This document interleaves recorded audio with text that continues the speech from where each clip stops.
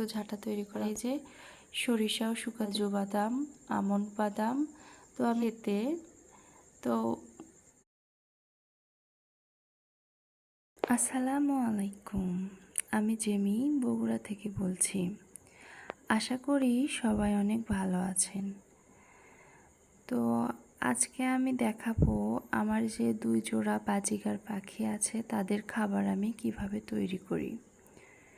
এখানে আমি একটি হামানদিস্তা নিয়ে নিয়েছি। এই হামানদিস্তাটা আমি এনেছিলাম রান্নার কাজে ব্যবহার করার জন্য, কিন্তু এটা তেমন একটা ভালো না, জং হয় ভিতরে, ওই জন্য এটাকে আমি আর রান্নার কাজে ব্যবহার করি না। সেজন্য এটাকে আমি আমার পাখির খাবার তৈরিতে ব্যবহার করি, তবে ব্যবহারের আগে সুন্দর করে ধুয়ে নিই। এরপর এখানে আমি গম, ভুট্টা দিয়ে ভালো করে থেতলিয়ে নিচ্ছি, ছোট করে নিচ্ছি, কারণ বাজিগর পাখি বড় দানার খাবার খায় না। তারপর যখন দানাগুলো ছোট হয়ে গেল, এর মধ্যে আমি খেরাচি আর অল্প কিছু সূর্যমুখী বীজ দিয়ে দিলাম। সূর্যমুখী বীজ এখন কম দেই, কারণ এখন প্রচণ্ড গরমের সময়, এই সময় সূর্যমুখীর বীজ বেশি না দেওয়াই ভালো। তারপরেই তো পাখিকে দিয়ে দিচ্ছি।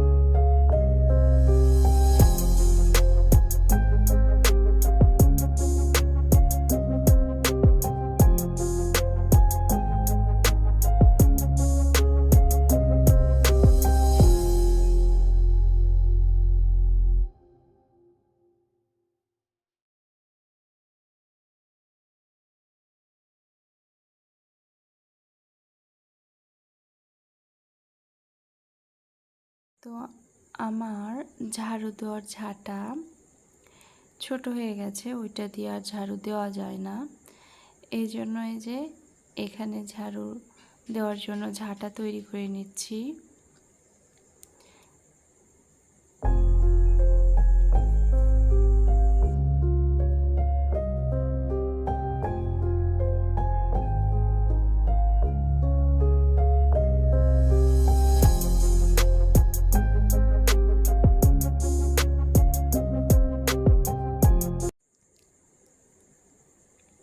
তো ঝাঁটা তৈরি করা হয়ে গেছে। আর এখানে আমি শুকনো মরিচ রোদে দিয়েছি, এগুলোকে ভাঙিয়ে নিয়ে আসব। এখানে প্রায় 2 কেজির মতো শুকনো মরিচ রয়েছে, তো এগুলোকে ভেঙে নিয়ে আসবো। ভেঙে নেওয়ার আগে একটু ভালো করে রোদ দিয়ে নিচ্ছি যেন মুচমুচে হয়।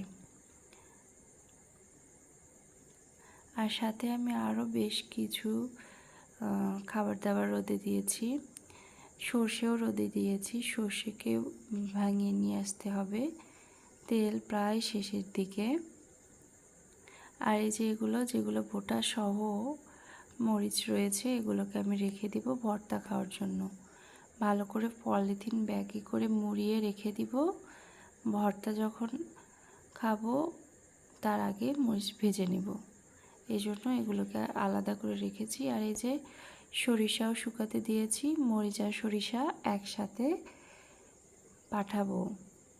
সরিষা ভেঙে তেল নিয়ে আসবে আর মরিচ গুঁড়ো করে নিয়ে আসবে।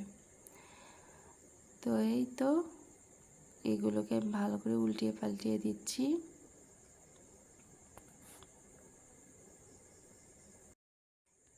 বাড়িতে কিছু ছোলা বুট ছিল, তো এগুলোকে রোদে দিয়ে দিয়েছি যেন পোকা না ধরে।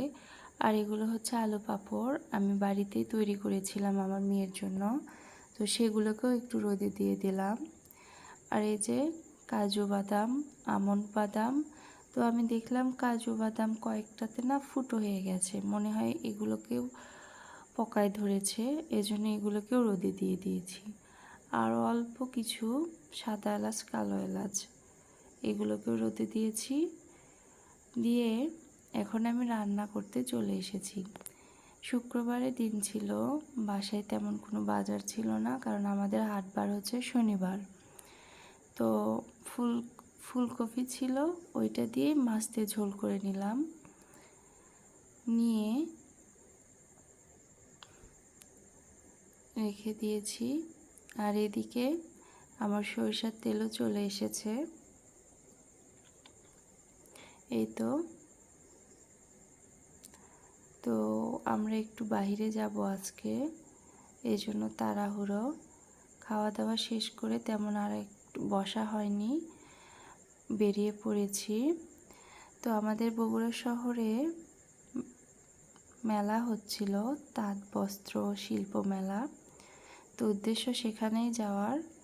এই তো শুধু একটা ছবি তুলেছি, পরে আর মনে ছিল না ছবি তোলার কথা।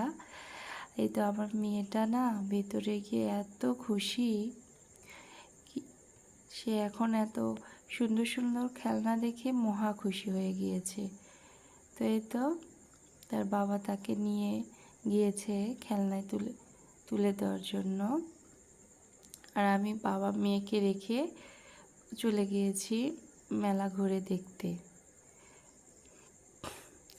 তো মেলা ঘুরে দেখেছি, কিন্তু মানে এত বেশি সুন্দর ছিল জিনিসপত্রগুলার, আমি কেনাকাটা করতে করতে না ভিডিও করার কথাই ভুলে গিয়েছি। তো কি কি কিনেছি এগুলো তো দেখাবো অবশ্যই, কিন্তু আজকের ভিডিওতে না, ইনশাল্লাহ আগামীকালকের ভিডিওতে। তো আমাদের মেলায় ঘোরাঘুরি করার পর আমরা গিয়েছি খেতে। তো বগুড়ায় যারা এসেছেন তারা আকবরিয়াতে যাননি এমন মানুষ খুব কমই আছে। তো ওখানে গিয়ে একটু হালকা খাবার দাবার খেলাম। তো এখন বাড়ি ফেরার পালা। আসসালামু আলাইকুম।